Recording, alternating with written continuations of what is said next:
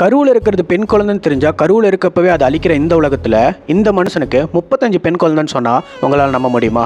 இவரோட பேர் தான் ஹரிராம் பாண்டே.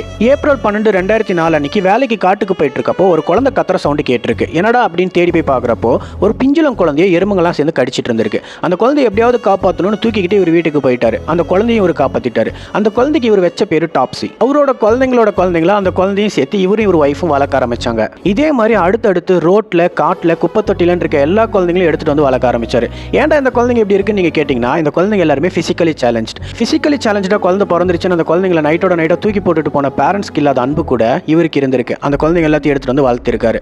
கொஞ்ச நாள் போக போக இவர் ஊர்லயும் இவருக்கு தெரிஞ்சவங்களும் இவர்கிட்ட, நீ ஏன் டெய்லி கூலிக்கு தான் வேலைக்கு போயிட்டு இருக்கிற, எப்படி எத்தனை குழந்தைங்களை நீ வளர்த்துவ, எதுக்கு உனக்கு தேவையில்லாத வேலைன்னு கேட்க ஆரம்பிச்சிட்டாங்க. இவருக்கு ரொம்ப ஒரு மாதிரி மன கஷ்டம் ஆயிடுச்சு. எப்படியாவது இந்த குழந்தைங்களை நம்ம ஒரு ஆள் ஆக்கிடணும் அப்படின்னு சொல்லிட்டு இவர்கிட்ட இருந்த லேண்டை சேல் பண்ணி அந்த குழந்தைங்க எல்லாத்துக்கும் சோறு போட்டு கல்வி கொடுத்துருக்காரு.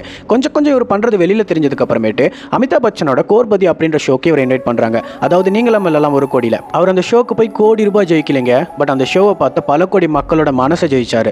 அதுக்கப்புறமேட்டு அவருக்கு நிறைய ஃபண்டிங்கும் டொனேஷனும் கொடுக்க ஆரம்பிச்சாங்க.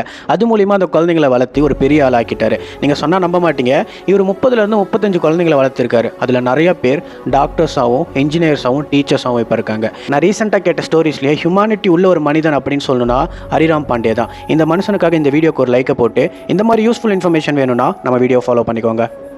தேங்க்யூ.